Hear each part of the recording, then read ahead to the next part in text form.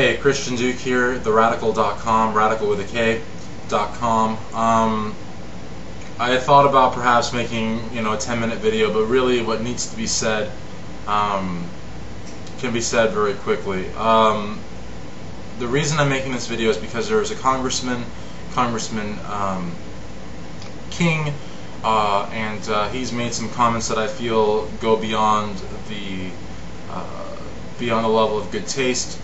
And quite frankly, I'd like to address a problem that I've addressed as of the last 2 years, and that's Islamophobia in the United States. We can all agree that the attacks of 9/11 were heinous, monstrous, and every American wants justice. I don't want to get into a debate whether or not the war in Iraq or the occupation in Iraq and Afghanistan are warranted. I don't want to get into a debate of war against war or anything like that, but I do want to address the most basic crux of our country, which is civil liberties, but even more basic than that, something that pre-exists any concept of the United States, of the Constitution, of the Bill of Rights, is that of religious freedom. It goes back to Jamestown, it goes back to the Mayflower, it goes back to the very reason why the Puritans left England at a time when the Church of England wanted no part of them, did not trust them, discriminated against them, and not just the Puritans, but Catholics, Anglicans, Methodists, etc., etc., spillovers of the Reformation and the Renaissance and all of that. The foundation of this country, as a country, is a general disregard for taxation. Okay, that's the reason why there was the Boston Tea Party. That's the reason why there was a War of Independence. That's the reason why we have a United States of America.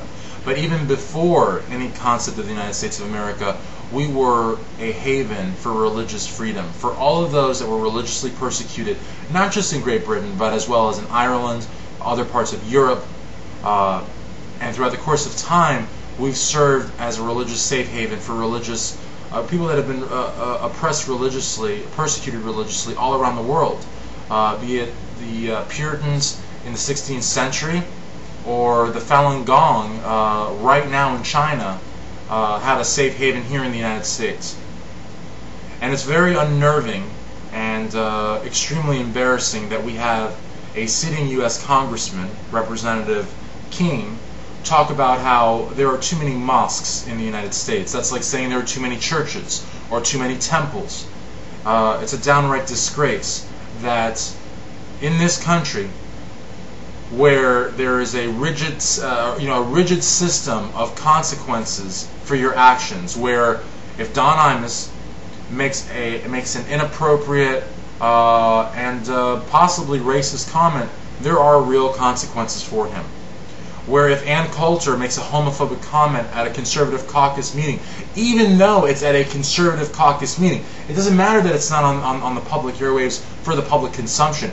Even at a conservative caucus meeting, if Ann Coulter, and she did, make a homophobic comment in the context that she used the word fag, she had consequences, to pay for or to live up to. When Bill O'Reilly called Mexicans wetbacks, he also had people to answer to. Stations that had him in syndication, fans, corporate sponsors, and internally with Fox News, which also has such access for Geraldo Rivera, who, by the way, was not much appeased by that or pleased by that. But in the sense of Islamophobia, and it's not just Islamophobia, but it's anti-Arabism or anti-Arab media, or I'm not even sure what the term is, and there should be a term for it, but there doesn't seem to be much consequences of any. I mean, it's okay to call Arabs ragheads and get a giggle out of it. I mean, Michael Savage calls them all sorts of things. Michael Savage being an Islamophobist radio talk show host, he's a nut. And that seems to be fine. And it seems to be okay for people like Sean Hannity or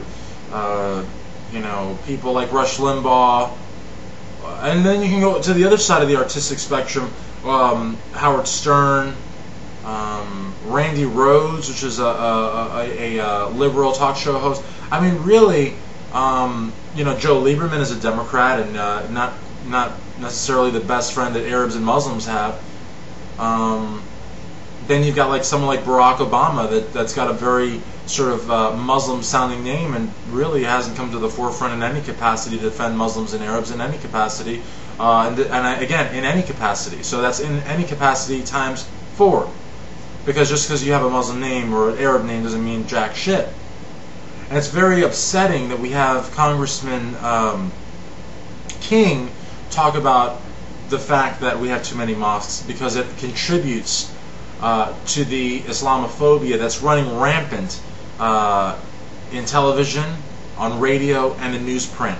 But I think that as a nation we have to worry, and this isn't about being a political guru or trying to philosophize, or even if that's even a word, or trying to sound intellectual or anything. This is a very basic problem.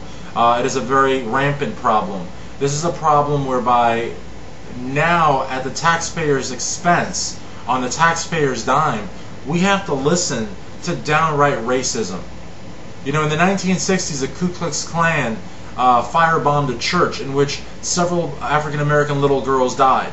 And even though Representative King is not advocating for terrorist attacks on mosques, one can only imagine how the populace will interpret a sitting congressman making a bold statement that there are too many mosques in this country, and making a parallel argument to the fact that there are too many mosques, in that there are too many people in this country that we cannot trust.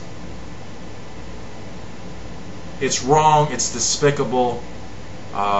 Representative King has gone beyond the norms of free speech and beyond the norms of good taste, and he has in fact made it okay to distrust of Muslims and call for the reduction of mosques in this country.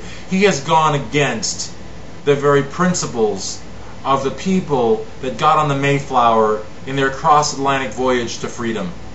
Representative King is a despicable human being, and I only pray that the good Lord inspire the good folks that voted for that prick not to re-elect him, because the last place that man belongs is in the United States government.